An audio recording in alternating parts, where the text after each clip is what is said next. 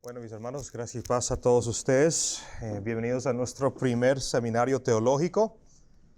Todos ustedes obviamente saben quién soy, pero para los que están viendo en línea y para la grabación después, mi nombre es Steven Martins y soy el pastor fundador de Sevilla Chapel y también director fundador del Instituto Cántaro. El Instituto Cántaro, para proveer un poco de contexto, fue fundado en el año 2020 como una organización dedicada a avanzar la cosmovisión cristiana para la reforma y renovación de la cultura. Como instituto que fuimos generalmente fundado al lado de Sevilla Chapel, trabajamos para heredar, para informar y para inspirar.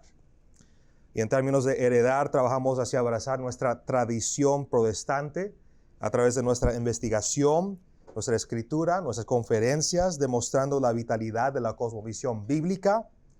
Y en términos de informar, trabajamos hacia informar a la iglesia sobre la relevancia y la integralidad del evangelio a través de eventos, conferencias y la publicación de recursos impresos y web. Y en términos de inspirar, trabajamos hacia inspirar al pueblo de Dios a explorar las profundidades de la palabra de Dios y de sus diversas aplicaciones. Actualmente el instituto tiene 2 líneas o ramas de idiomas, y cada una tiene sus propios asociados que proporcionan contenido para los recursos en línea y impresos del instituto. Y también hemos publicado, y creo que lo han visto también, varios libros en ambos idiomas, incluyendo nuestra revista anual gratuita La Fuente, que se puede descargar de nuestro sitio web. Todavía somos un ministerio nuevo, ¿verdad? Nuestra productividad y la frecuencia anual de nuestros eventos, tenemos la esperanza de poder seguir creciendo para bendecir a la iglesia en general, no solamente aquí, sino también en todo Occidente y Latinoamérica. Y pueden tomar asiento donde quieran, donde les gustaría.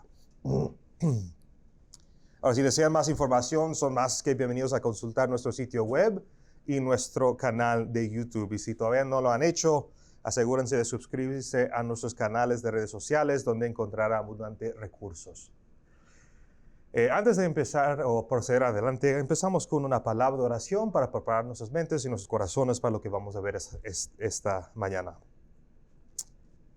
Padre Celestial, te agradecemos por este privilegio de reunirnos para poder estudiar tus verdades. En este caso, en esta mañana, estudiar la historia de tu iglesia y particularmente una imagen histórica, un capítulo en particular de la historia de la iglesia, particularmente la iglesia hispana. Y pedimos, Señor, que nos ayudes a poder captar toda la información que vamos a ver, que podemos entender, no solamente para crecer en nuestro conocimiento, sino también para poder discernir cómo has trabajado en la vida de tu iglesia. Pedimos, Señor, que tú seas glorificado en todo. Y gracias, Señor, también por dejarnos reunirnos con el bien clima que tenemos ahora. Y para los que no pudieron venir, Señor, que pueden ser bendecidos de lo que vamos a transmitir en vivo. En tu nombre, Jesús, oramos. Amén. Los seminarios teológicos va a ser un evento bimensual coorganizado entre el Instituto Cántaro y Sevilla Chapel. Y cada seminario será sobre un tema diferente, pero con el objetivo de proporcionar una forma condensada de educación seminarista. Puede que no se compare con un curso, obviamente, de seminario de un año completo, pero para aquellos que no tienen el tiempo o tampoco los fondos, esta podríamos entender como una introducción útil que les proporciona lo que necesitan y también los prepara para estudios futuros si algún día planean ingresar al seminario. Y siempre ha sido la intención del instituto tomar lo que es elevado y complejo en el mundo de la academia cristiana, particularmente lo que es bíblico, y hacerlo accesible para el laico. Y esto es una forma en que esperamos lograrlo. Y sabemos obviamente que estos tipos de seminarios no son para todos, no toda la iglesia va a participar y no estamos esperando gran números para estos seminarios. Pero para los que sí quieren aprender, que quieren ser estudiosos, que quieren invertir en aprender sobre su cosmovisión cristiana, estos eventos son particularmente para ellos y también para ustedes. Entonces pueden ver ahí, vamos a empezar con la historia, la reforma y los españoles. y después sigue la cosmovisión religiosa y los 10 mandamientos. Entonces, empezamos esta mañana con historia, la Reforma y los españoles.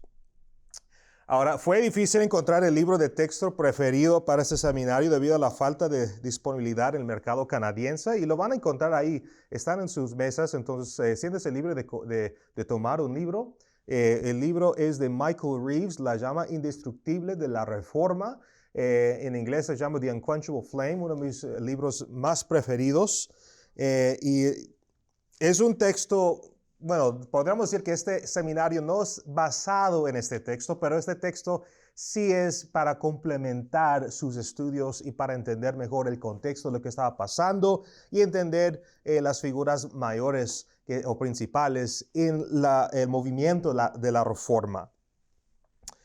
También notarán que cada uno de ustedes tienen un esfero, un bolígrafo, un cuaderno, un refresco o varios refrescos y snacks para mantenerse hidratados y despiertos. Entonces, así de esa manera no van a estar durmiéndose. También siéntese libre de servirse un café atrás. Y si en algún momento del seminario tienen una pregunta, son libres de preguntar durante nuestros descansos. Tenemos 2 descansos programados esta mañana para si tienen que ir al baño, si tienen preguntas, si quieren coger algo de la cocina.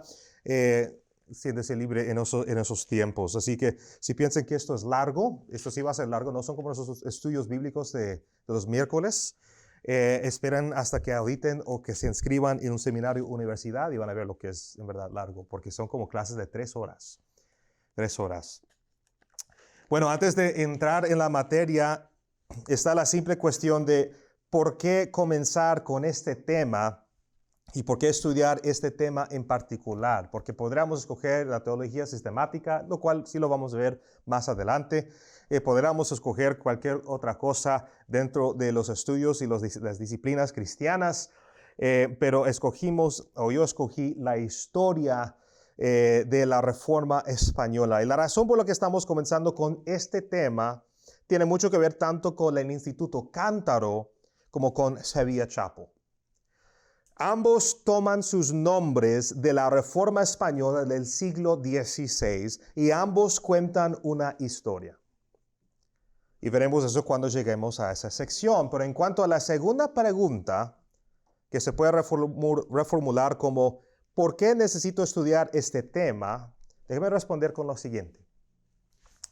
Para casi todos los cristianos confesionales, es decir, creyentes que se adhieren a una confesión reformada, ya sea el Catecismo de Heidelberg, los cánones de Dort, la Confesión de Westminster, todos los cuales son bien comunes para los presbiterianos hoy en día y los reformados, la Confesión Bautista de 1689 que hemos estado estudiando como iglesia.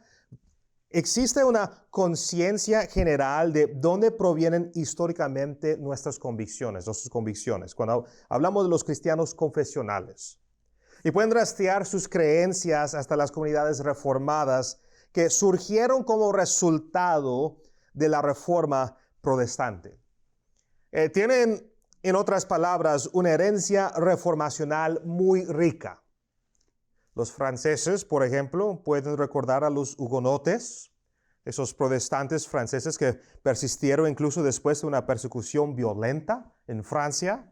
Algunos incluso se establecieron en Canadá durante los años coloniales.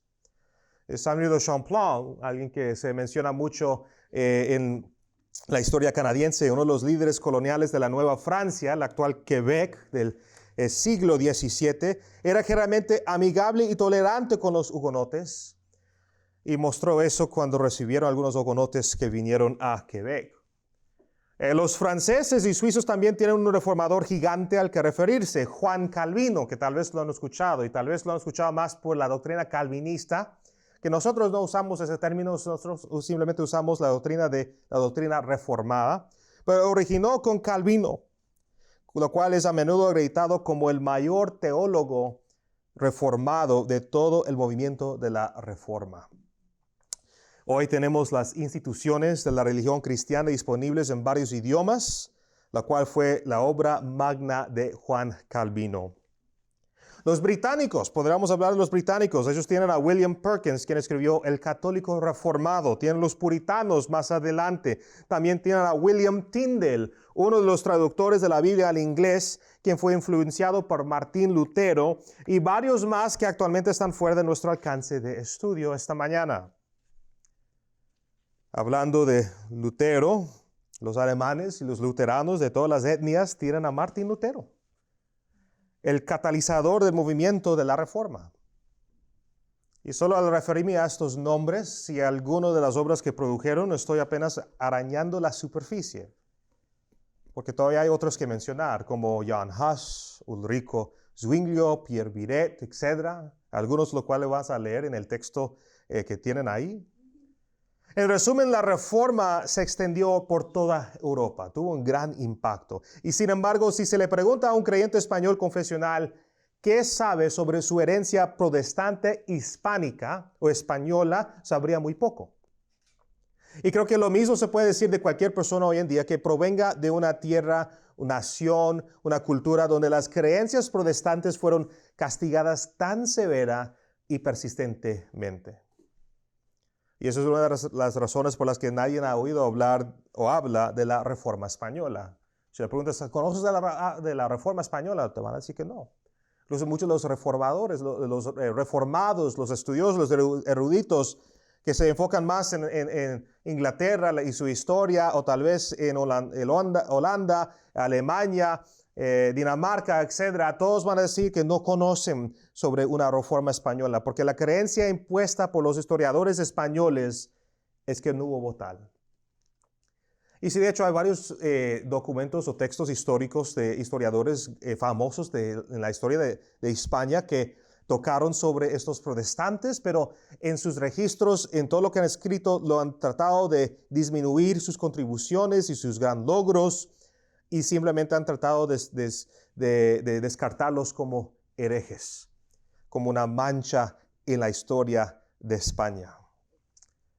Bueno, si se refiere al establecimiento de la Reforma en España y su impacto en su desarrollo cultural y pensamiento, entonces podríamos estar de acuerdo en que no hubo una Reforma española que ha estado establecido en el país. Pero van más allá de eso hasta descartarlo como algo sin importancia. De hecho, una de las enciclopedias de España dice que no hubo una Reforma española. Pero la Reforma española sí ocurrió. Simplemente no tuvo un efecto en España, al menos no de manera positiva. ¿Es posible esperar que una reforma tenga un impacto nacional o cultural positivo cuando la gente rechaza tal reforma? No puede haber una reforma si las personas no quieren ser reformados. Y las autoridades católicas del siglo XVI se aseguraron de que la gente estuviera en contra de ella. Era estar en contra de la reforma o ser juzgado por la Inquisición, torturado y eventualmente quemado en la hoguera. Y solo para que entienda un poco lo que es la Inquisición. La Inquisición es una institución en España que fue formado para proteger y preservar la pureza de la religión católica y particularmente la religión española. Siempre ha habido un gran orgullo en España. Ese gran orgullo en España se reflejaba mucho en su raza pura, esencialmente mantener su descendencia libre de cualquier mancha de los judíos, de los musulmanes. Querían ser tan puros que de hecho en el tiempo medieval, cuando primero intentaron de traducir la Biblia al español, lo hicieron tan mal trabajo, de tal modo que pudieron mostrar en esa traducción que de Adán llegó la línea descendente de realeza hasta el rey Alfonso de España. Y eso era una imagen de cómo era en esos tiempos la cultura en España. Había un gran orgullo que no se ve hoy en día. Tal vez podemos ver algunos rastros, unos remanentes o vestigios, pero en esos tiempos era algo bien importante mantener la pureza. Tal vez lo que podemos compararlo es como esa aspiración de ser tan puros como los alemanes nazis en la Segunda Guerra Mundial. Los españoles no se fueron hasta tal punto, pero en este tiempo de la Reforma sí estaban en ese tipo de pensar y en ese tipo de orgullo. Y la Inquisición empezó primero con protegiendo la religión católica de los judíos y también de los musulmanes para que no corrompen las creencias religiosas católicas. Y eran parte sencillamente que se conviertan o que sean exiliados o expulsados de la tierra. Y hay muchas historias de cómo lo han hecho eso. Y una de las razones por qué se formaron era en respuesta a los invasores y musulmanes en el tiempo medieval. Si no conocían un poco de esa historia, los musulmanes sí lograron conquistar gran mayoría parte de España y Portugal. Después siguió la reconquista en que los reinos cristianos que quedaban hicieron guerra y tomaron sus tierras de vuelta. Y la Inquisición fue instituida para librar el país de esa polución, podemos decir, religiosa de los judíos o los musulmanes. Pero ya llegando al siglo XVI, los judíos y los musulmanes ya no era un gran problema dentro de España. En la Inquisición tenía como un crisis de identidad. Entonces, ¿quiénes son los enemigos? Y para poder mantenerse vivos o para justificar su existencia como institución, llegó los protestantes.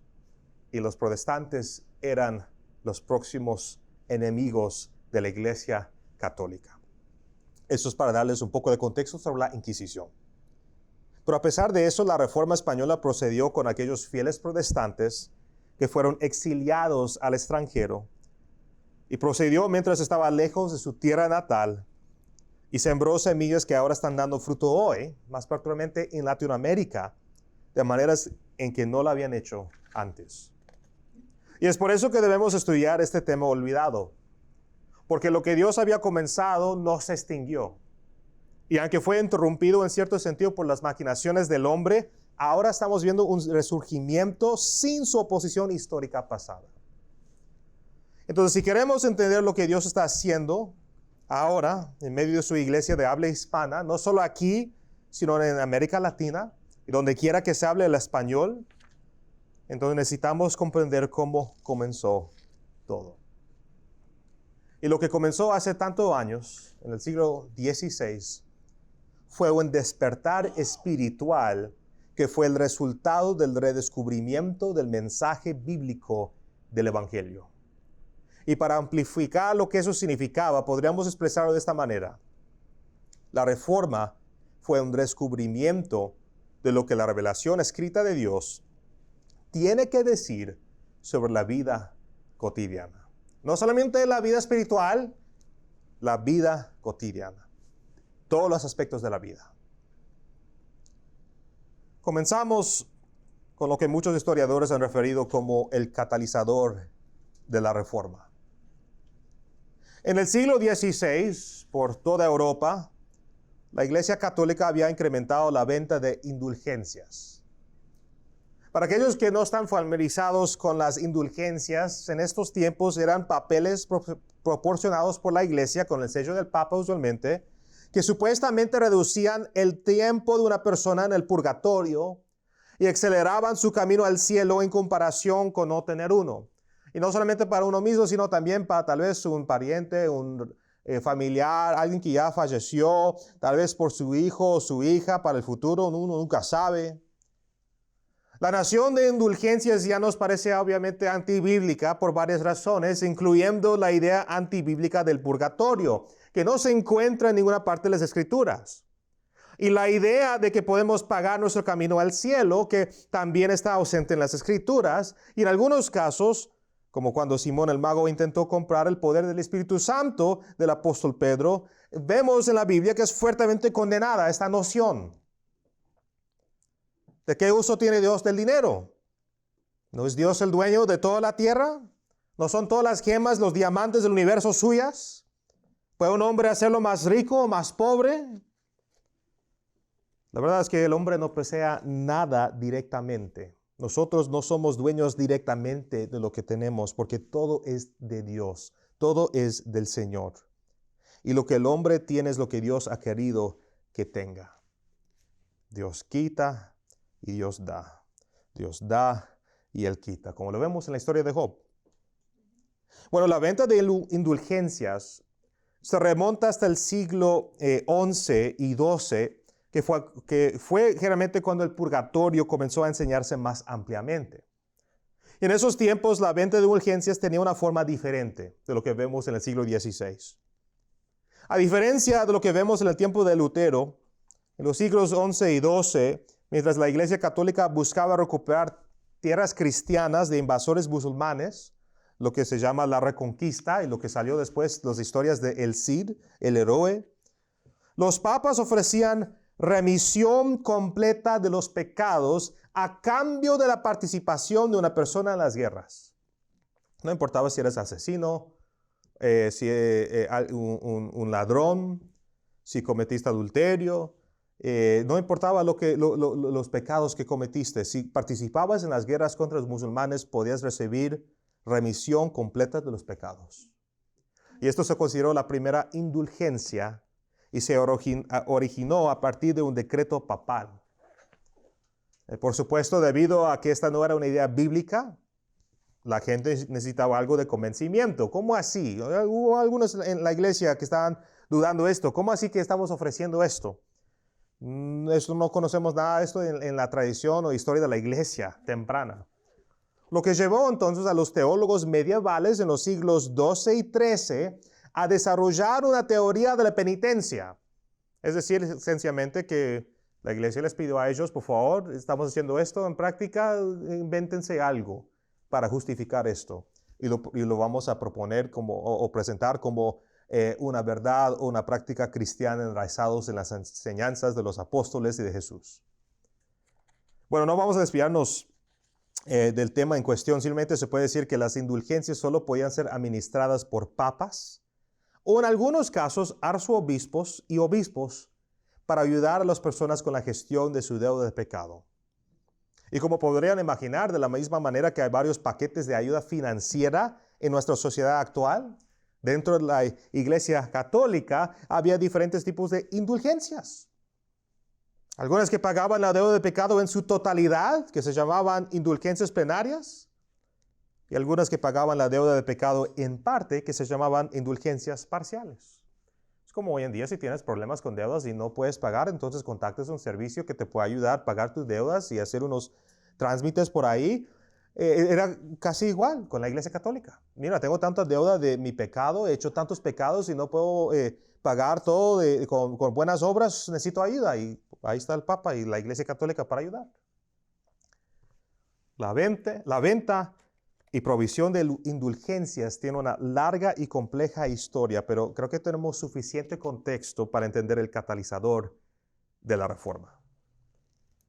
En el siglo XVI, particularmente en el área donde residía Martín Lutero, había un fraile dominico que iba de pueblo en pueblo predicando sobre el fuego del infierno que espera a todos los pecadores y la misericordia que la Iglesia Católica les ofrecía a través de la venta de indulgencias.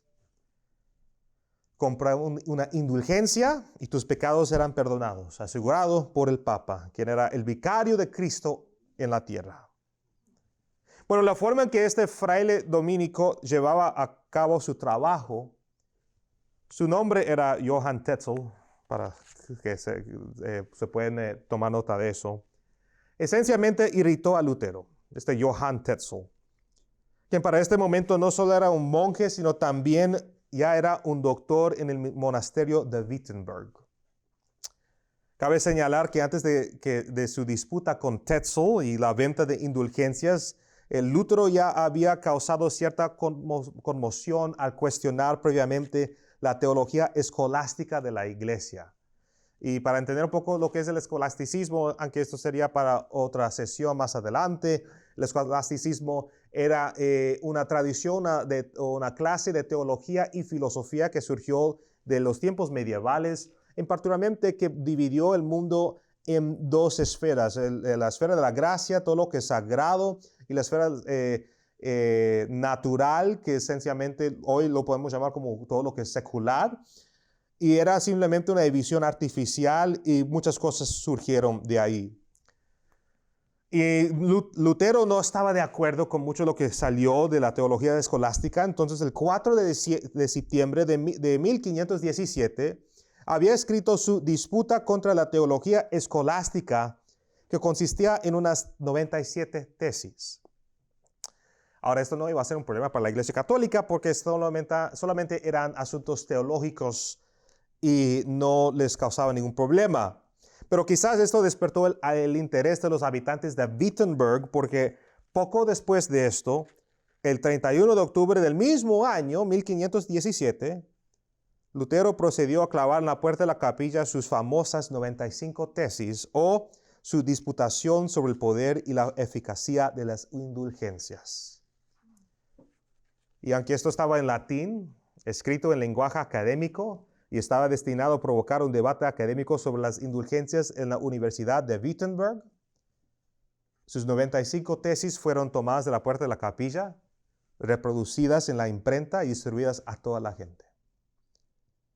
Esto realmente causó un revuelo y la gente apoyaba mucho a Lutero porque había señalado los asuntos antibíblicos de Roma y estaba llamando a una reforma. Y ahí sí la Iglesia Católica respondió con más fuerza, porque no solamente estaban cuestionando la teología, sino también estaban quitando el dinero de la iglesia en cuestionar las indulgencias. Y Lutero no estaba desinformado, por supuesto, porque él sabía que el Papa había intensificado en este tiempo la venta de indulgencias porque necesitaba dinero para la construcción de la Basílica de San Pedro. Porque como él afirma en la tesis 86, ¿por qué el Papa, cuyo tesoro es más rico que el del más rico Crassus, lo cual era un romano rico histórico, quiere construir la Basílica de San Pedro con el dinero de los pobres creyentes en lugar de con su propio dinero? Eso es el tesis 86 de sus 95 tesis. Ahora, nuestro enfoque de atención no es Lutero hoy, pero es vital para lo que más tarde sucedería en España. Lo que al menos debe decirse es que debido a este evento, debido a las 95 tesis de Lutero, Lutero había encendido, sin saberlo y sin querer, una llama que se propagaría por toda Europa y causaría mucha agitación y división en lo que originalmente eran tierras exclusivamente católicas.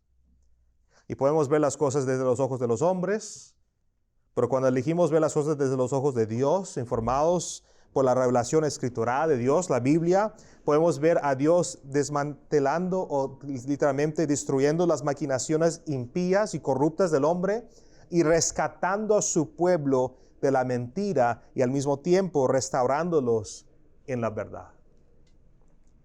Uno podría preguntarse por qué la gente estaba tan perdida e ignorante bajo las enseñanzas de la Iglesia Católica, pero la respuesta se encuentra en el hecho de que la Biblia no estaba disponible en el lenguaje vernáculo común. Muy pocos leían griego, pocos leían hebreo, pocos leían latín, así que incluso si tuviera una Biblia en sus manos, les habría sido inútil. Y eso significaba que tenía que depender de lo que decían los hombres estudiados de Roma. Y en lo que respecta a la interpretación, nadie podía cuestionar lo que interpretaba el Papa. Su palabra debía ser tratada como igual en autoridad a la de Cristo. Esto permitió que ideas paganas como el purgatorio y las indulgencias proliferaran en la iglesia en general. Y eso explica la importancia del trabajo de Lutero, porque después de las 95 tesis en 1518, Lutero había llegado a un nuevo entendimiento de la salvación, no inventándola ni meditando sobre el pensamiento católico romano, sino simplemente descubriéndola mientras leía y estudiaba las Escrituras sin la dogmática sesgada de Roma. Solo es necesario leer la vida de Martín Lutero y las obras que produjo para entender cuán significativo había sido el cisma entre la Roma católica y el creciente movimiento protestante. Y de hecho, Lutero es reconocido como uno de los traductores de la Biblia en alemán. Y también hay que entender que no era la intención de Lutero separarse de Roma en esos tiempos. No había previsto una división de la iglesia en Europa, sino más bien una reforma de la institución católica. Pero con la obstinación y la dureza del corazón del Papa y sus súbditos, una división se hizo inevitable. Por mucho que Roma intentara, el fuego se había propagado y no se podría apagar. Y cuanto más se intenta sofocar la verdad, más se disemina, y cuanto más se persiga a los fieles, más se difunde la verdadera fe. Dios había llamado a sus elegidos fuera de la institución corrupta y hacia la reforma, para que el evangelio de la gracia de Dios pudiera ser recuperado y el consejo completo de Dios liberado de los pilares de marfil de la erudición escolástica católica. Como el traductor y reformador inglés William Tyndale deseaba desesperadamente que un humilde arado pudiera leer y recitar las escrituras en su propio idioma. La mera idea de que un humilde arado conociera a Dios y lo conociera íntimamente a través de la palabra escrita era impensable para la Roma católica. Sería el fin de su poder y manipulación. Pero eso era el corazón mismo de la reforma protestante. No hay gloria para el Papa, toda la gloria para el Dios que salva. Uno podría preguntarse por qué la iglesia católica en el siglo XVI estaba tan opuesto a que, en este caso, si hablamos de España, que sea traducido al español, o si hablamos de Inglaterra en inglés o en alemán en alemán, ¿por qué estaban tan opuestos de eso? Una parte, obviamente, es porque sí iban a perder control.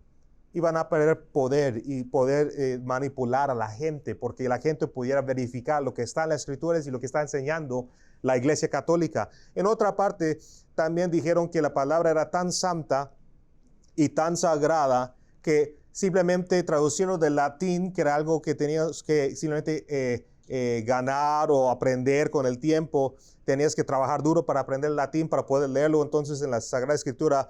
Traducirlo a un lenguaje común, vernacular, era considerado algo como profano, como algo inferior, bajarle el nivel. Los musulmanes antes creían eso acerca del Corán, hasta que recientemente han estado traduciendo más el Corán en varios diferentes idiomas. Pero eso esencialmente es la manera de ver las cosas. Entonces ellos estaban opuestos a eso porque querían proteger la sagralidad o la santísima escritura, el nivel sagrado de la Biblia. Pero en otra parte también no entendía lo que Dios hizo en venir en carne humana, humildemente, a caminar con pecadores y hablar en nuestro propio idioma. Bueno, pasando ahora de Wittenberg a España, y no solo en geografía, sino también en el paso del tiempo, eventualmente las ideas reformadas de Lutero y también de Juan Calvino, quien también emergió en la escena como parte del movimiento protestante, y no tenemos tiempo para entrar en la imagen de Juan Calvino, pero sí hay un capítulo de Juan Calvino en sus libros de texto. Llegaron a tierras españolas estas ideas reformadas de Lutero, Calvino y otros reformadores. ¿Cómo llegaron a tierras españolas? Bueno, solo podemos asumir, basados en los registros históricos que tenemos que están disponibles hoy en día, que fueron introducidas de contrabando por diversos medios y en varios puertos.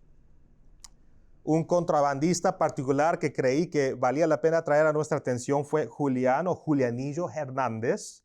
También era conocido como Julián Le Petit en francés.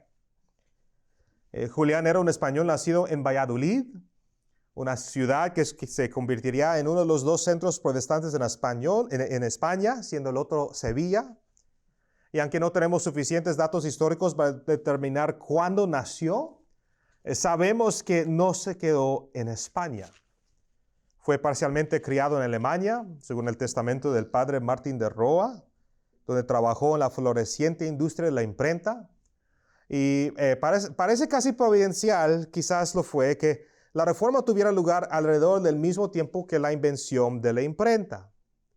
Bueno, Julianillo llegó a ser un tipógrafo, lo que concernía el diseño interior de libros y folletos, y esto le permitió visitar varias partes de Europa.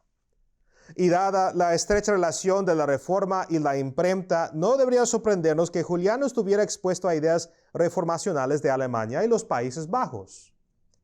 Y esta exposición creció mientras se convertía en corrector de pruebas y estenógrafo. Y en algún momento antes del año 1550, Julianillo se convirtió en protestante. Y entre los años 1550 y 1559, dedicó su tiempo a introducir de contrabando en España varias obras protestantes, destacando las traducciones del Nuevo Testamento al español por Juan Pérez de Pineda, que fue precursor de la traducción completa de la Biblia al español por Casio de Reina. Y creo que se puede decir que sin los esfuerzos de Julianillo para introducir material reformacional de España, los centros protestantes de Valladolid y Sevilla habrían sufrido. La recuperación del evangelio bíblico, de la verdad de Dios, solo podría ser posible con la revelación escriturada de Dios en la lengua vernácula. Y solo para que tengan una idea, una de las razones por qué tenemos esa imagen ahí de Julianillo, una forma de arte minimalista, es que una de las maneras que pudo contrabandear Biblias y obras protestantes eran dentro de los barriles. Se dice barriles en español, ¿no es cierto? Barriles, sí. Dentro de barriles, pensando que tal vez era vino o otras cosas, tal vez fruta, etc. Él se encargaba de meter esos libros, esas Biblias, dentro de ahí. Bueno, no eran Biblias completas, era el Nuevo Testamento traducido por Pineda. Pero ahí es donde él traía estos barriles a diferentes sitios dentro de Valladolid, España, y se cree que también a otras partes de España, no solamente esas dos ciudades. Trágicamente, Julianillo fue eventualmente descubierto por la Inquisición española y muy probablemente fue traicionado por alguien. Y después de su arresto y su juicio ante el Tribunal del Santo Oficio de la Inquisición, que estaba ubicado en Sevilla, fue condenado, fue torturado con los métodos más bárbaros, y no puse las imágenes porque son bien explícitos y bien crueles. Y después de haberle deslocado varios huesos, fue llevado a ser quemado en la hoguera en público para que todos los vieran. La fecha de su martirio se registra como el 22 de diciembre de 1560. Pero Julianillo no se enfrentó a la muerte con un gemido, ni partió tranquilamente a la presencia del Señor. Se dice que mientras era llevado a la hoguera en un dolor insoportable, cantó en voz alta una canción que molestó a todos sus perseguidores. Y era: vencidos van los frailes, vencidos van, corridos van los lobos, corridos van. ¿Qué quiso decir con esto? Bueno, estoy seguro de que podemos especular muchas cosas, pero lo que creo es que lo más evidente es que la decisión de quemarlo en la hoguera, como con muchos otros protestantes, fue una admisión de derrota. La Inquisición sin duda había intentado varias veces convertir a los protestantes de vuelta a la fe católica, y ciertamente hubo varios que se retractaron como resultado de su fe superficial, pero Julián no fue uno de ellos. Y el fracaso de estos agentes inquisitoriales y los frailes que trabajaban junto a ellos para convencer a estos hombres de su herejía fracasó simplemente porque estos hombres y mujeres también conocían las Escrituras lo suficiente como para afirmar y defender la verdad. Y así los frailes no tuvieron más opción que admitir la derrota ante la verdad, y los lobos no tuvieron más remedio que abandonar su asalto, entregando a estos hombres y mujeres a la muerte, porque el evangelio era demasiado brillante para apagar, y la fe que nacía de él era demasiado peligrosa para lo que el diablo había forjado en una institución católica tan corrupta. Bueno, no quiero adelantarme demasiado, voy a explicar más adelante el auto de fe, porque eso es esencialmente donde murió, que tuvo lugar en Sevilla, pero aún es importante hablar de cómo la Reforma se infiltró en tierras españolas.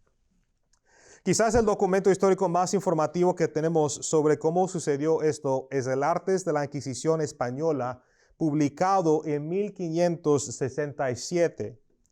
Y la obra fue escrita por un supuesto Raimundo González de Montes, y digo supuesto porque no tenemos un registro histórico de esta persona. Entonces se cree lo más probable, y esto ha seguido siendo debatido por los eruditos, es que este nombre era un seudónimo utilizado por uno de los reformadores españoles que fueron monjes en Sevilla, porque por la información que contiene ese libro, esencialmente habla de que alguien lo veía en persona, tenía tantos detalles, podía afirmar todos los eventos, sabían lo que estaban diciendo, y se cree que podía ser tal vez Casiodoro de Reina o Antonio del Coro como los autores detrás de esta obra. Pero como no se encuentra su nombre, simplemente tenemos el seudónimo, que es Raimundo González de Montes. El consenso es inconcluso. Algunos dicen que es Reina que lo escribió, otros dicen que Coro. Yo personalmente creo que fue Reina. Pero en cualquier caso, es una obra que el Instituto de Cántaro quiere volver a imprimir y traducir al inglés y al español moderno, y lo tenemos como un proyecto pendiente. Y cuando eso se complete, la obra será mucho más accesible para leer hoy en día. Pero para tratar de enmarcar mejor nuestro contenido, dada la amplia cantidad de información disponible, voy a enfocar nuestra atención en Sevilla, de donde surgieron varios reformadores españoles. Entonces tenemos a Valladolid y Sevilla. Nuestro enfoque va a estar en Sevilla. Eso nos lleva a los Jerónimos observantes. En el monasterio de San Isidro del Campo, que se encontraba a unas millas al noreste de Sevilla, había una orden religiosa, obviamente católica, que si hubiera persistido, tenía el potencial de influir profundamente en la cultura y el desarrollo de España. Y esta orden era conocida como los Jerónimos observantes. Y no voy a entrar en detalles de la orden, especialmente considerando que se necesita más investigación de estos, pero lo que puedo decir es que la orden expresaba una espiritualidad española distintiva. ¿Qué quiero decir con eso? Bueno, el historiador Louis J. Hutton escribe que la orden jerónima bien podría haber logrado una tecnología industrial y un tipo de capitalismo europeo, lo que estaba vinculado con su énfasis en el trabajo manual como una renovación del programa inicial de los franciscanos y una característica de aquellos que primero siguieron la expresión jerónima de la vida religiosa. Y para resumir esto de manera más sucinta y más simple, esto podría entenderse como un desarrollo temprano, aunque todavía tal vez muy en bruto en su forma, de adorar a Dios en todos los aspectos de la vida, y no solo percibido dentro de los límites de lo que el pensamiento escolástico enseñaba como sagrado bajo la iglesia institucional. Fue el comienzo, las primeras brasas de lo que más tarde veríamos en otras partes de Europa como la ética del trabajo protestante. Vi una historia de uno de los miembros tempranos que se llamaba Rodrigo, que aunque era un monje y aunque era parte de los Jerónimos observantes de esa orden religiosa, no quería ser ordenado como sacerdote, como un ministro de la Iglesia Católica. Quería quedarse ahí trabajando, haciendo trabajo manual con una Biblia enfrente de él, leyéndolo. Y había algo de ahí, de una conexión de poder adorar a Dios y servir a Dios a través del trabajo de las manos de las personas. Y si vemos más adelante en la historia protestante, cuando empezamos a estudiar lo que es la ética del trabajo protestante, la ética del trabajo, era entender que nosotros somos sacerdotes en Cristo Jesús. Y entonces todo lo que hacemos con nuestras manos, con nuestras mentes, es una forma de adoración al Señor. Es un tema para otra ocasión, especialmente a medida que se realiza más investigación sobre el tema de los Jerónimos observantes. Pero te sorprendería la poca que ha sido la investigación sobre el trabajo protestante temprano en España. Yo estaba tratando de sacar información y la verdad no hay mucho, y creo que tiene mucho que ver con el orgullo de la catolicidad española, que ha tratado de suprimir información sobre lo que surgió en ese monasterio. Bueno, a medida que la reforma comenzó a extenderse por toda Europa, las ideas reformadas llegaron a los hermanos del monasterio en la década de 1550. Y muchos de ellos con el tiempo se convertirían en protestantes. Y no eran protestantes abiertamente porque sabían que la Inquisición estaba al lado y estaban en peligro y eran esencialmente una amenaza creciente. Pero albergaban el deseo de difundir las ideas reformadas por toda España y eventualmente el Nuevo Mundo, el mundo que descubrieron de Mesoamérica, Sudamérica, etc., para lograr una reforma completa bajo la enseñanza de la palabra de Dios. Bueno, varios formaron parte de este grupo de monjes protestantes, aunque no todos se convirtieron. Cuando fueron capturados, creo que el número que fue dado fueron como unos 22 protestantes entre todos los monjes. Y algunos incluso fueron responsables de llamar la atención de la Inquisición sobre lo que estaba sucediendo dentro del monasterio. Se cree esencialmente, para resumir la historia, que había dos principales expositores del monasterio, uno de los cuales lo vamos a ver en unos segundos, y uno de ellos era protestante, el otro no. Y por envidia, porque la mayoría se estaban acercándose y estaban siguiendo los monjes a este expositor protestante, aunque no era claramente protestante, el otro por envidia empezó a sospechar y llamó a la Inquisición para que lo puedan capturar a esta persona, a este expositor. Y después que ya fue capturado, este expositor que causó la traición, que traicionó a su colega, después se volvió protestante, como son las cosas. Bueno, el primero que quería traer a nuestra atención, ese expositor protestante, fue Constantino Ponce de la Fuente. Constantino Ponce de la Fuente, un hombre no muy conocido, pero digno de recordar como parte de nuestra herencia protestante para aquellos que hablan el idioma español de Cervantes. Ponce de la Fuente, también conocido como el Doctor Constantino, nació en San Clemente, en la provincia de Cuenca. Recibió una educación teológica en la Universidad de Alcalá y realizó su labor ministerial en Sevilla, llegando en el año 1533. El doctor Constantino se registra como el principal predicador de la catedral y era popular entre el pueblo de Sevilla y fue honrado por sus escritos. Uno de sus escritos más famosos es La Confesión de un Pecador, así como la exposición del primer salmo dividido en 6 sermones y varios otros que el instituto está trabajando actualmente para imprimir en inglés y español moderno, similar al otro trabajo que había mencionado de Reina.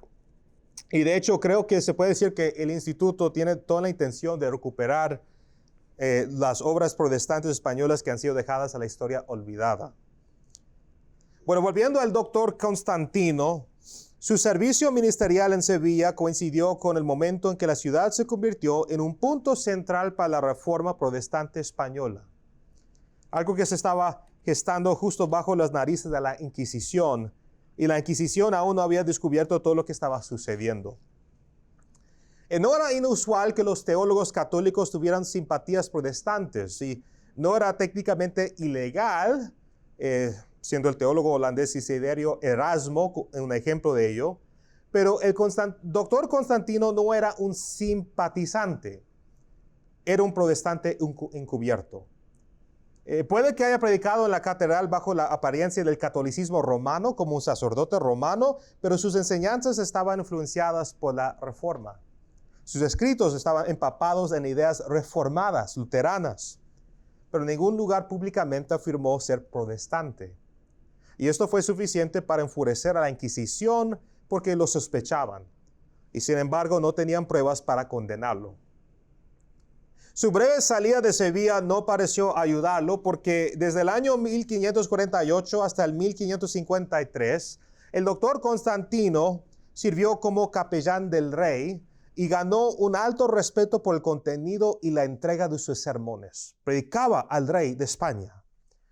Y si algo, esto lo convirtió en un objeto mayor para la Inquisición, dado la creciente influencia y respeto que tenía.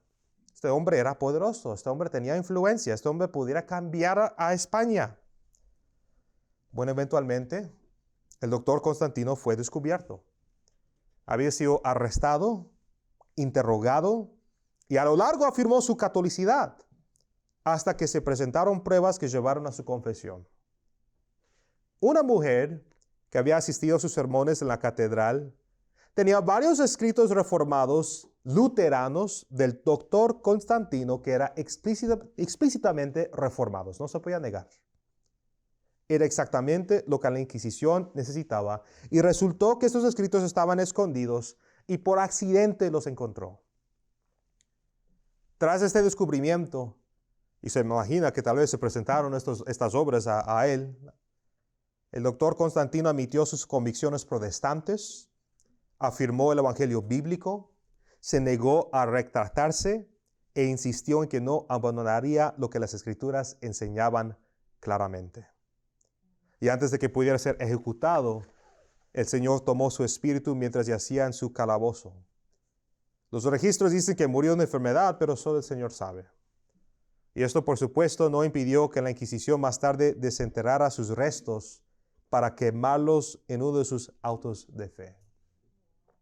Aunque es una historia trágicamente triste, la vida del doctor Constantino vale la pena recordar porque fue un gigante espiritual en la tierra de los reformadores españoles. Ahora, antes de continuar, si te estás preguntando qué es un auto de fe, déjame explicar.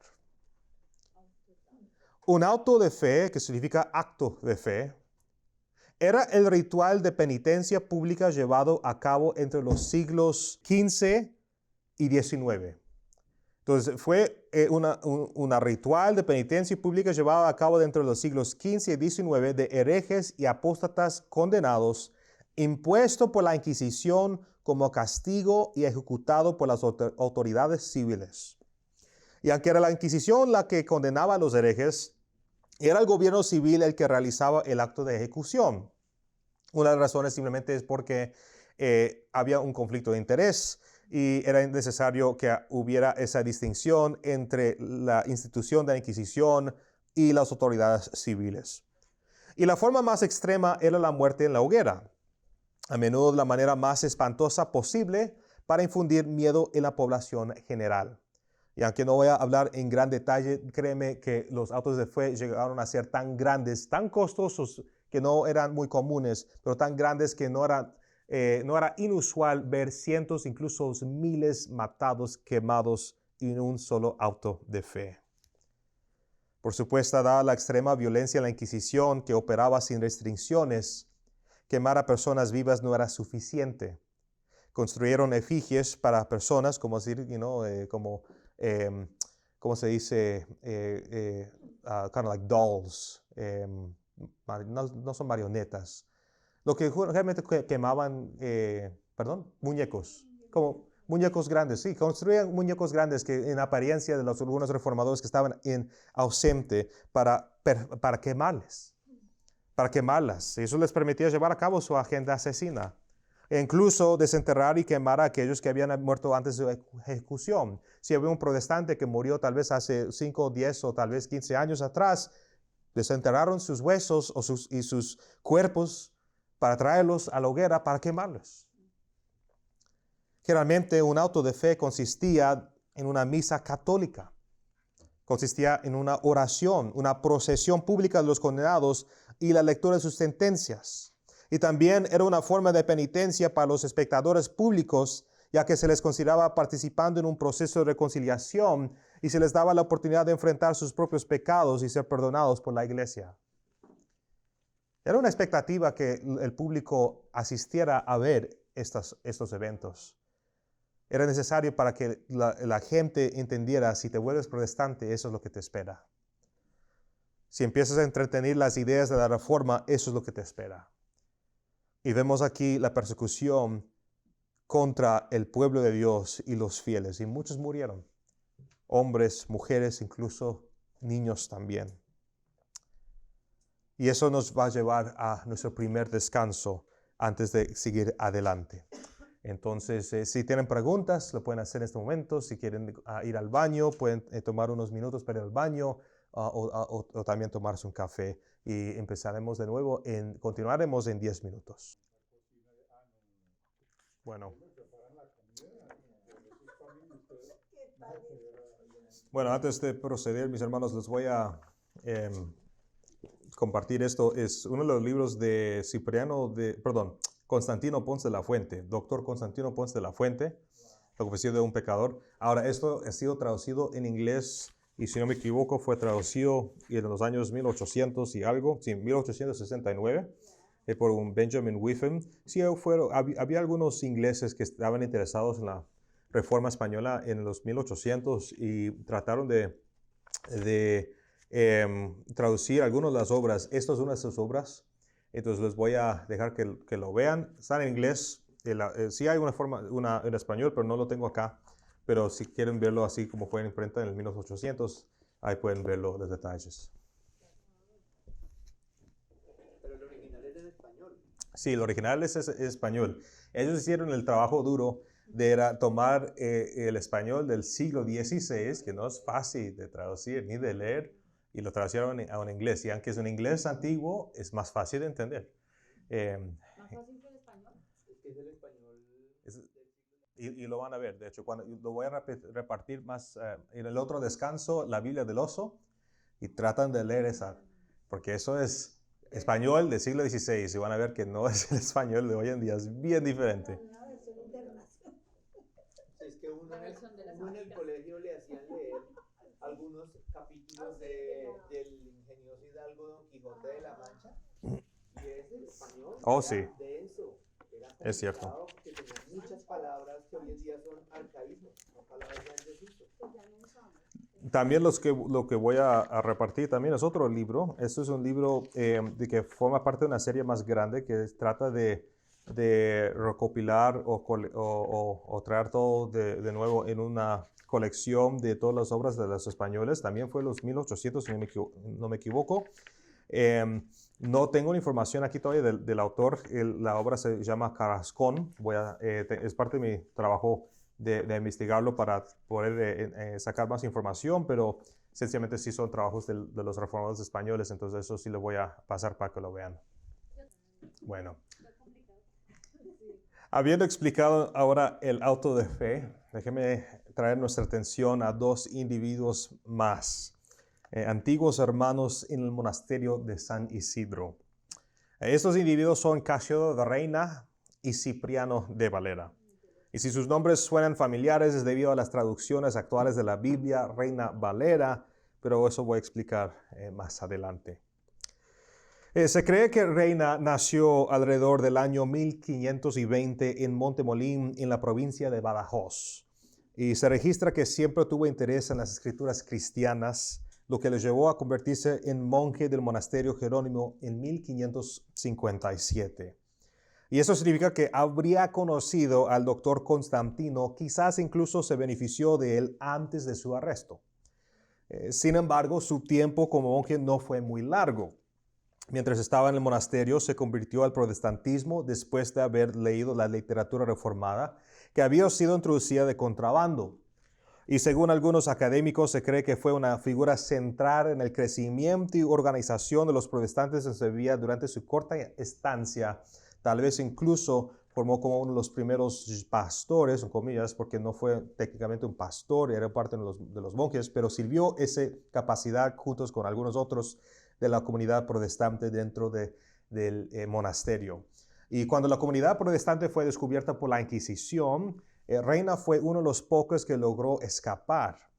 Primero huyó a Ginebra, donde pasó algún tiempo, y partió en 1558 porque estaba descontento con la rigidez doctrinal de Juan Calvino.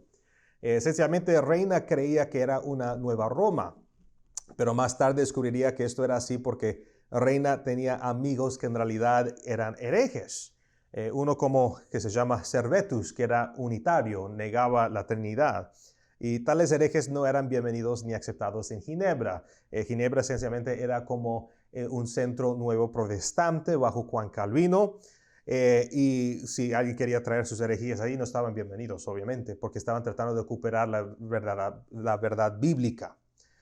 También parecía haber un desagrado general hacia los españoles por parte de Calvino y probablemente debido a los muchos herejes que venían de tierras españolas. Y esto se atestigua más tarde como la razón por la cual también Valera, que estaba con Reina, también partió de Ginebra. Bueno, después de algún tiempo, Reina huyó a Inglaterra. Eso es algo que hemos tocado antes cuando hablamos del nombre de Sevilla Chapo. Reina huyó a Inglaterra y Reina entendió que Inglaterra acaba de abrir sus puertas a los refugiados protestantes bajo la reina Elizabeth. Y no mucho antes de Elizabeth hubo una terrible persecución de los protestantes en Inglaterra bajo la reina María I, Queen Mary, de 1553 a 1558. Pero las cosas habían cambiado con la coronación de Elizabeth. Inglaterra se había convertido bajo la reina Elizabeth y se volvió un refugio para extranjeros protestantes. Reina, así como Valera, aceptaron la invitación de buscar refugio en Inglaterra y aunque ambos seguirían caminos diferentes, ambos mantendrían contacto entre sí. Buscando refugio en Londres, Inglaterra, en 1559, Reina solicitó y recibió el permiso necesario de la reina Elizabeth para fundar una iglesia protestante española distintiva junto a las congregaciones francesas, italianas y flamencas ya existentes. Y le fue concedido el permiso necesario para la corona inglesa y también le empezaron a darle como un sueldo y logró parcialmente establecer la congregación española. Digo parcialmente porque su trabajo no se completó de todo con la iglesia y se vio obligado a huir como resultado de la interferencia de los agentes de la Inquisición. Para hacer corta la historia, la Inquisición tenía protestantes en Inglaterra que contemplaban regresar a España y habían acordado hacer ciertas cosas por la Inquisición a cambio de su perdón.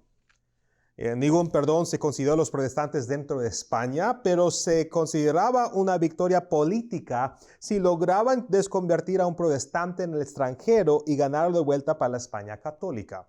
Para decirle simplemente, España tenía el deseo de ser el campeón del mundo católico y por eso encontramos a España comportándose de tal modo. Si no conocen mucho de la historia, si lo lean, aprenderían también de la Armada Española. La Armada Española era una gran armada de barcos de guerra y se fueron para Inglaterra para invadir a Inglaterra, para hacer guerra, invadir a Inglaterra para someterla al catolicismo. Y si conocen la historia de esa armada, Dios hizo algo sorprendente. Hubo un viento que no se puede explicar. Todos los historiadores seculares lo dicen que fue algo pues sin esperar, pero no lo quiero obviamente llamarlo como providencia, pero sí fue la providencia de Dios. Un viento que los llevó a esta armada más allá de Inglaterra a un lugar donde se hundieron casi todos los barcos. Y una armada gigante. No había ninguna armada en todo el mundo antiguo en ese tiempo que se podía comparar con la armada española. Y Dios destruyó la mayoría de esos barcos y no pudieron llegar a Inglaterra. Y entonces quedó así una distinción entre España y Inglaterra. Y Inglaterra pudo mantenerse protestante sin interferencia.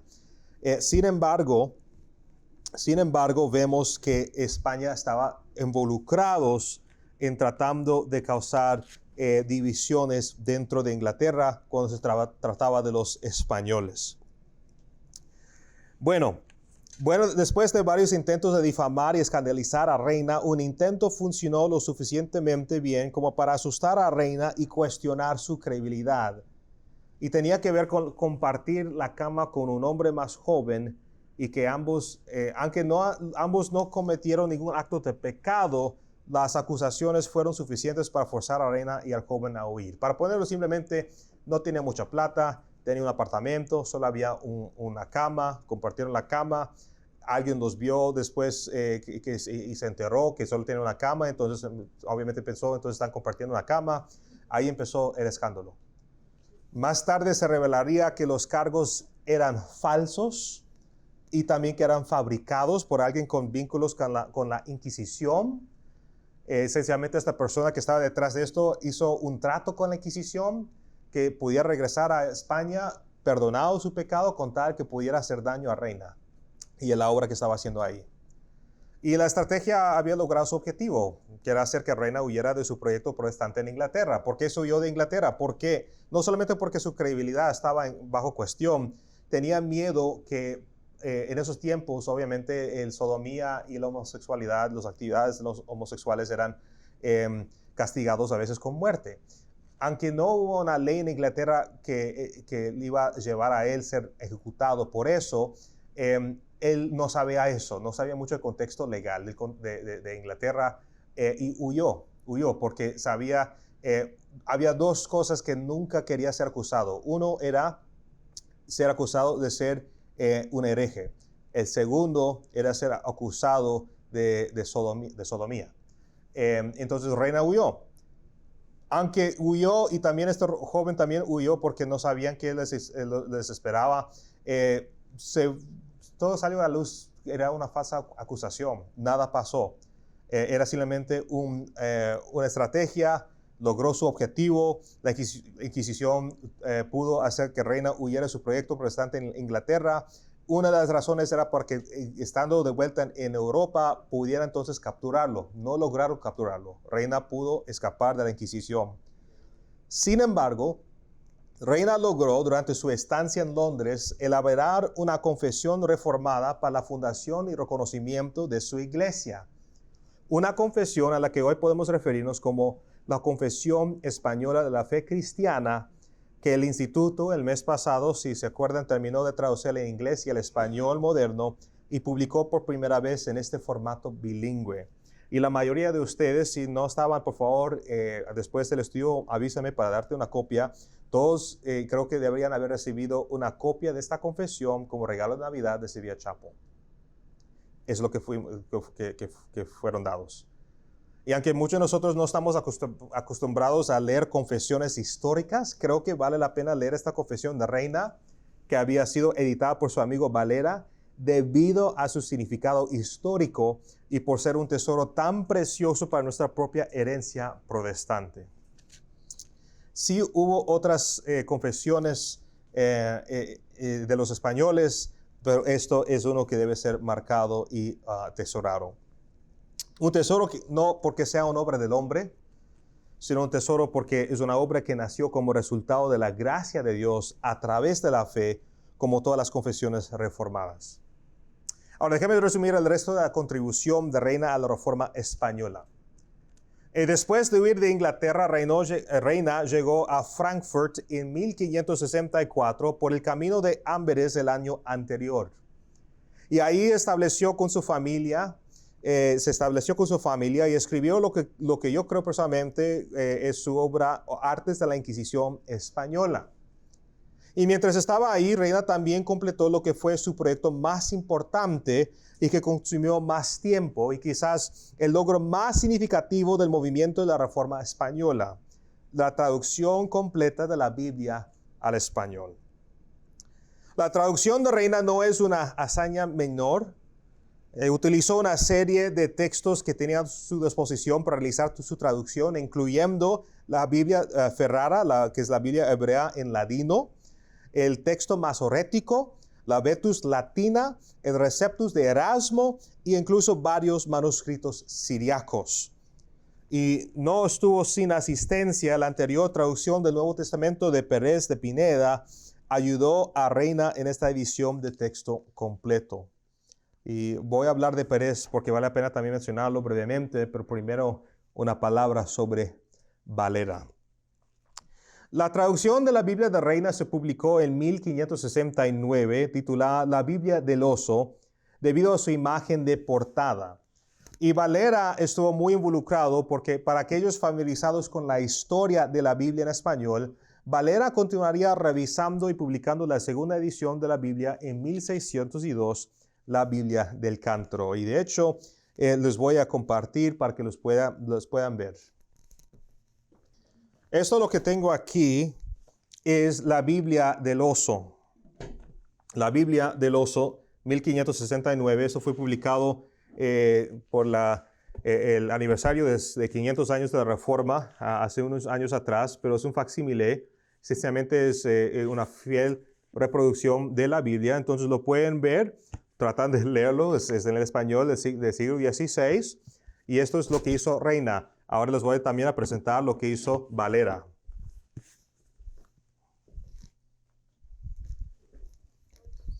Lo que siguió después era en 1602 la Biblia del Cántaro, que era la revisión. Está más grande, pero también es un facsímile. Y también en el español del siglo XVI.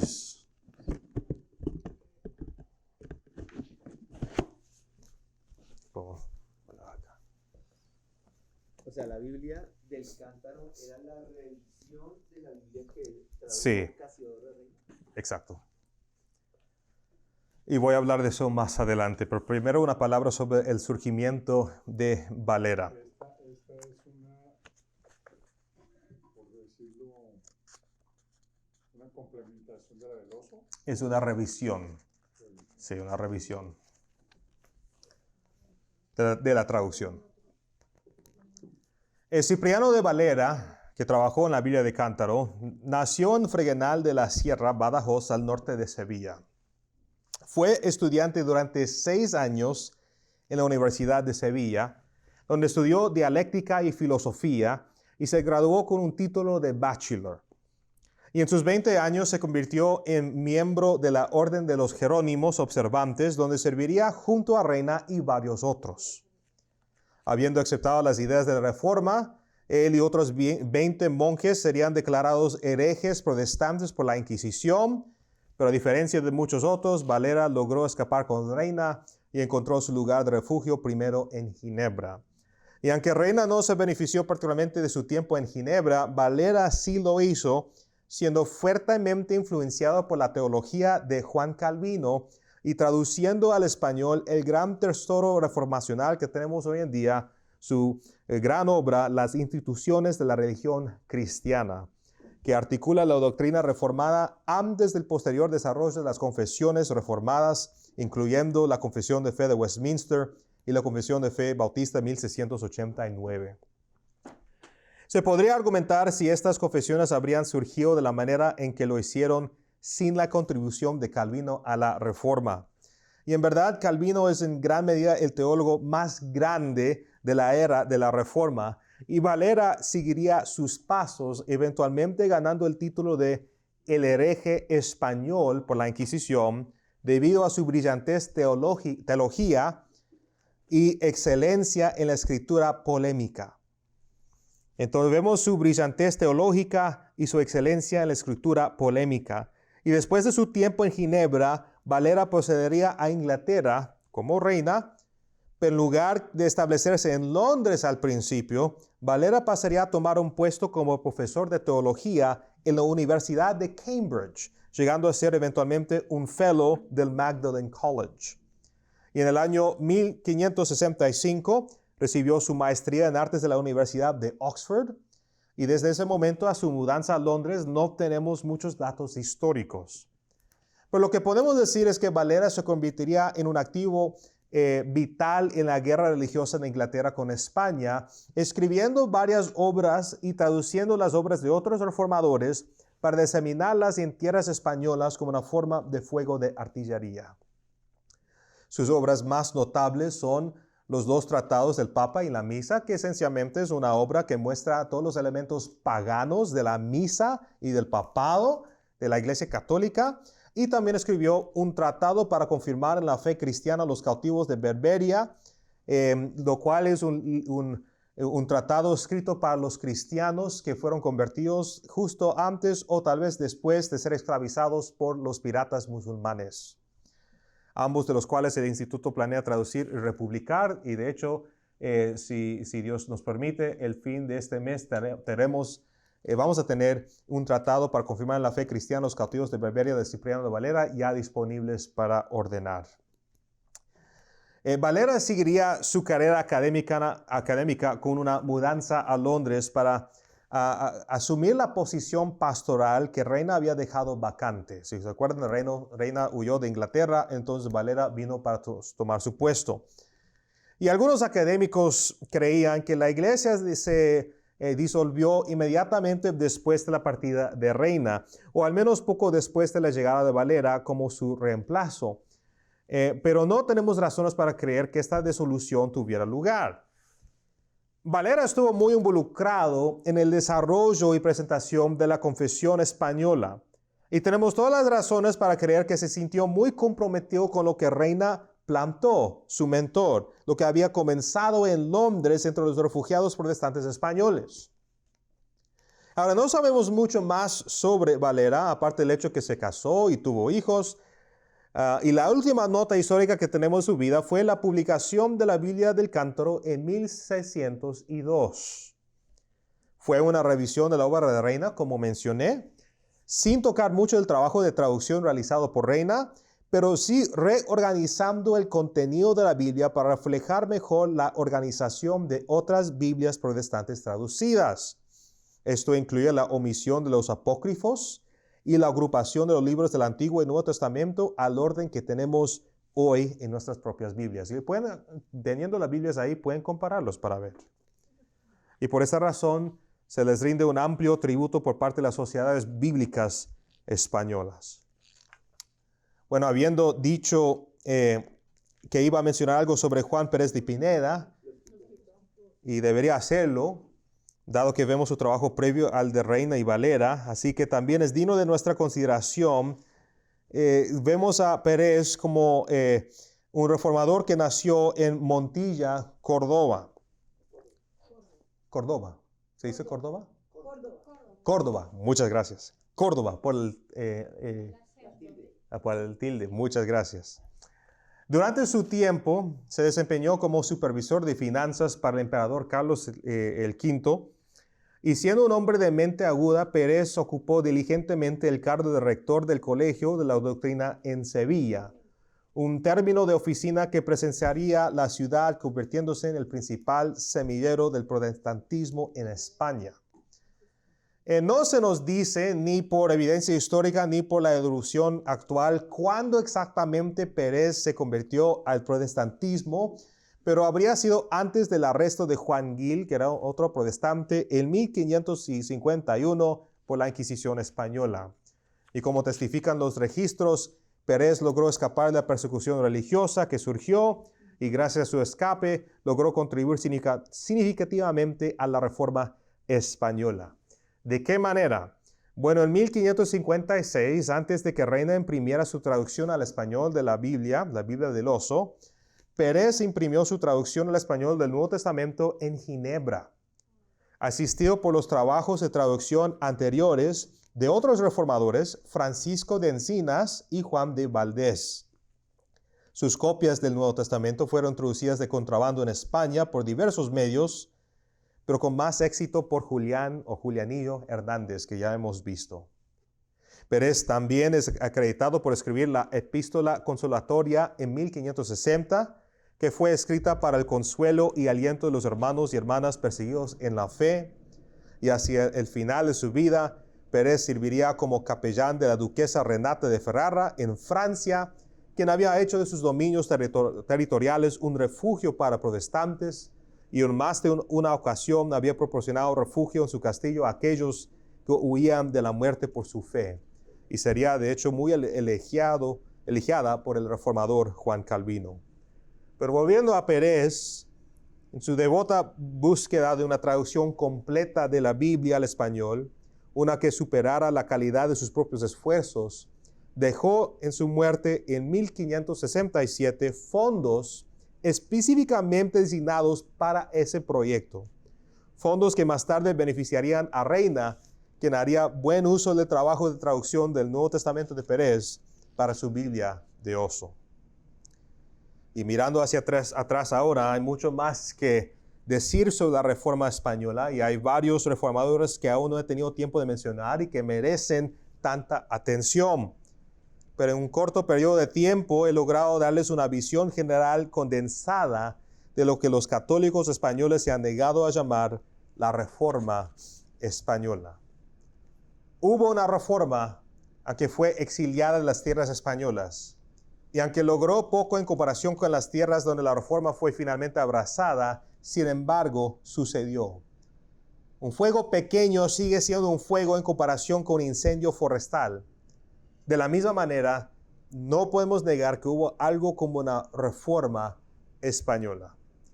Y por supuesto, no puedo dejar el asunto ahí. Es necesario también decir algo para cerrar nuestro tema, y esa palabra concierne a qué, si algo, llegó al Nuevo Mundo como resultado de la Reforma española, y si esa humilde reforma afectó algún desarrollo positivo en la sociedad española. Pero vamos a tomar un descanso de unos 5 a 10 minutos mientras que reparto los otros documentos históricos que tengo aquí. Esto, lo que mencioné, es la Biblia de Ferrara en ladino, lo cual fue usado por Reina como una de sus fuentes para la traducción del Antiguo Testamento, y fue una obra realizada para, obviamente, los judíos, porque es el Antiguo Testamento, y fue algo que pude adquirir hace muchos años atrás, antes que se desapareció del mercado, pero es un facsímile igual también para que puedan leer y entender cómo era en esos tiempos los diferentes escritos y particularmente este escrito judío. Bueno, vamos a seguir adelante. ¿Listo? Primero, en cuanto a qué material reformacional del siglo XVI llegó al Nuevo Mundo de habla hispana.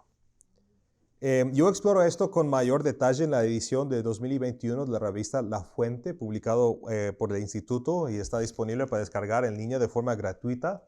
Pero para resumir lo que escribí, hasta la fecha quedan muy pocos documentos existentes. Sin embargo, lo que se puede decir, y esto con un nivel relativamente alto de certeza, es que las obras del doctor Constantino Ponce de la Fuente, siendo estas la exposición del primer salmo, confesión de un pecador, sermón de nuestro Redentor en el monte y suma de doctrina cristiana, fueron importadas y distribuidas a través de las colonias españolas y portuguesas, donde, por ejemplo, el obispo Juan de Zumárraga, que era el primer obispo de México, aplicó sus enseñanzas al campo misionero mesoamericano. Eso significa de que hay evidencia de que los Nahua y los Zacatecas de México fueron instruidos por los escritos de Ponce en los conceptos básicos bíblicos de la fe cristiana. Y quién sabe si llegó tal vez a los mayas también. También se puede determinar que la primera traducción española de la Biblia del Oso, fue introducida de contrabando en América Latina poco después de su publicación en 1569. La edición de Reina, seguida de la posterior revisión de Valera, la Biblia del Cántaro, fueron introducidas de contrabando en el Nuevo Mundo con varias comunidades protestantes encubiertas dispuestas a correr el riesgo de recibirlas. Y pensándolo ahora, habrían sido un tesoro invaluable. Y para evitar la detección, las Biblias tenían diferentes imágenes en sus portadas y una copia de ellas reposa en la colección de la Biblioteca Nacional de Colombia con una imagen de un Pégaso en el frente.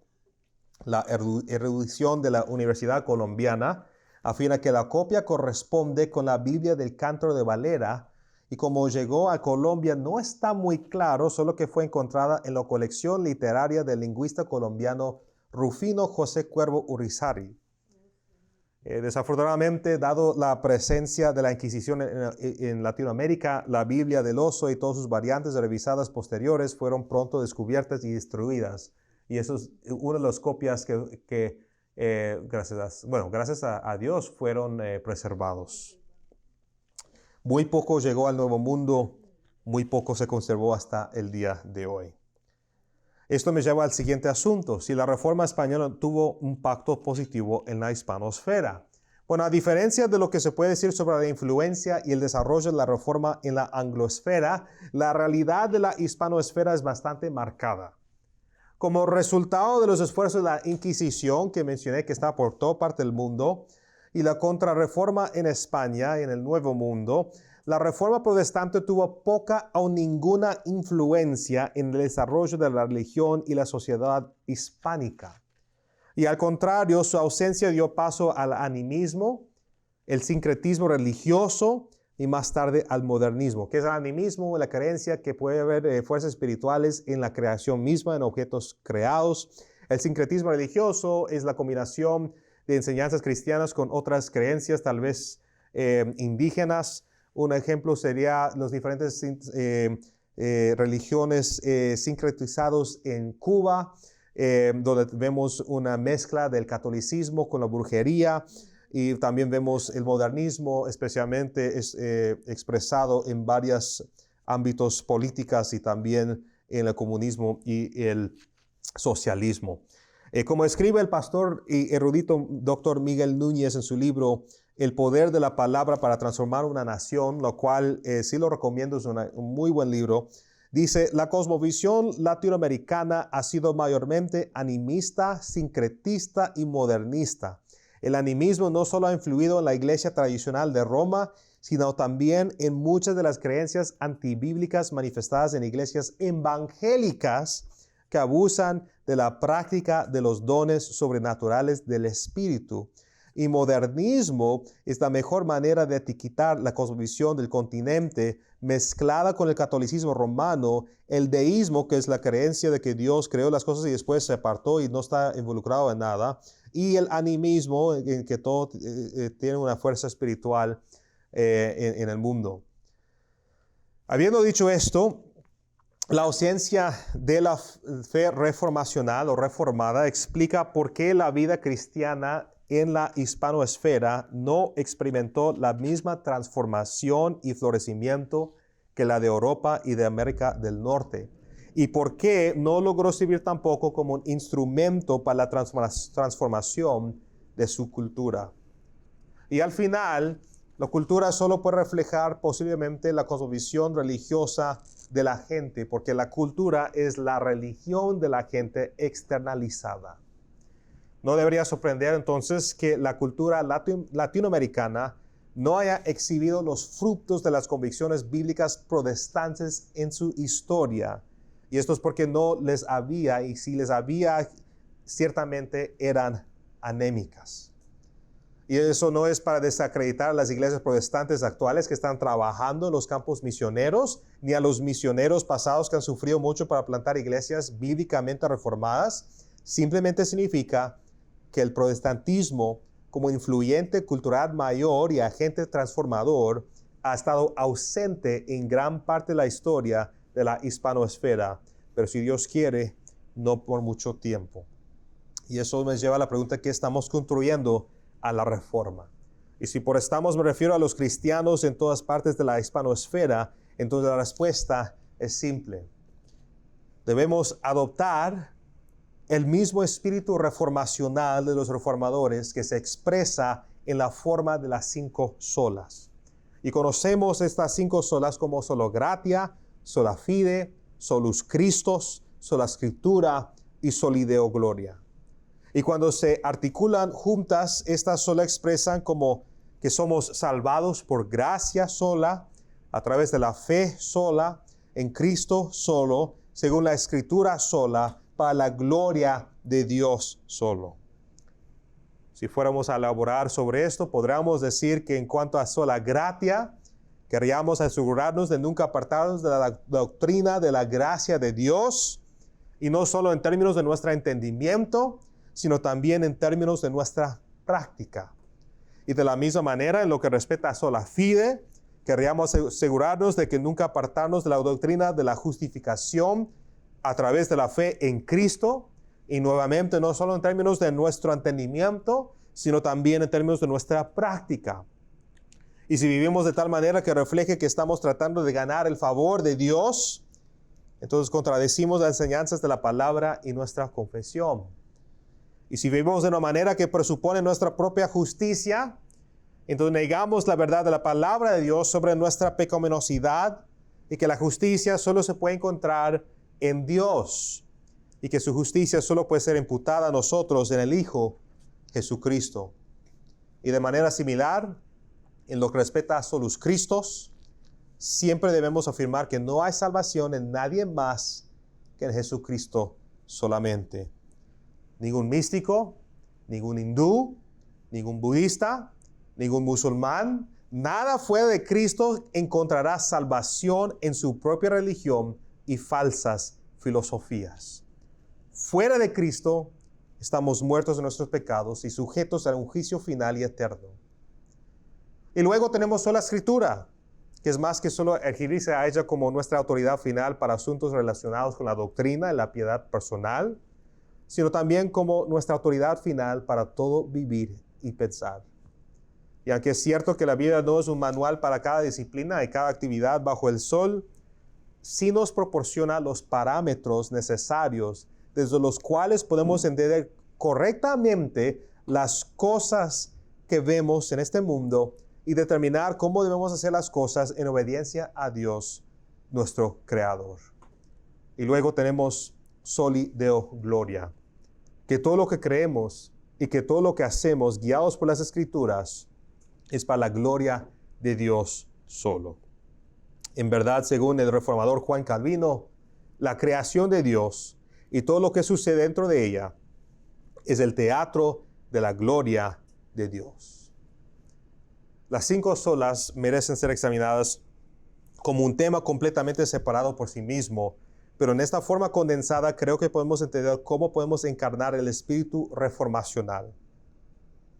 Verán, aquella frase reformacional de entonces sigue siendo aplicable a nosotros. Es la frase latina o latín, Ecclesia semper reformanda, y traducida a nuestro lenguaje común la entendemos como la iglesia siempre reformándose.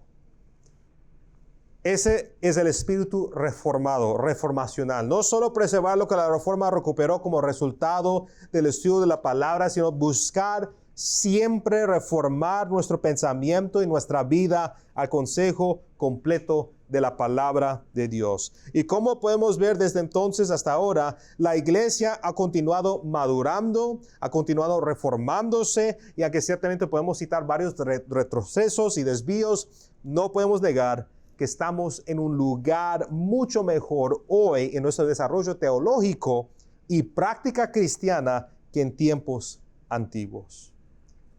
Y aún así, también podemos ver qué cosas hemos olvidado, qué cosas necesitan ser retomadas de nuevo, como el estudio e implementación de las confesiones y catecismos reformados, y qué necesita hacerse que no se ha hecho antes. La verdad, eso de reformar, siempre estar reformándose, es un ciclo casi interminable de autorreflexión, de meditación, de implementación bajo la luz de la palabra, pero llegará a su plena fruición cuando Cristo regrese. Y hasta entonces, el instituto está haciendo su parte para contribuir a la reforma y renovación de la iglesia y la cultura. Y Sevilla Chapel, bueno, necesitamos continuar lo que estamos haciendo, que es nuestro estudio de la palabra, explorar sus variadas aplicaciones y vivirla diariamente.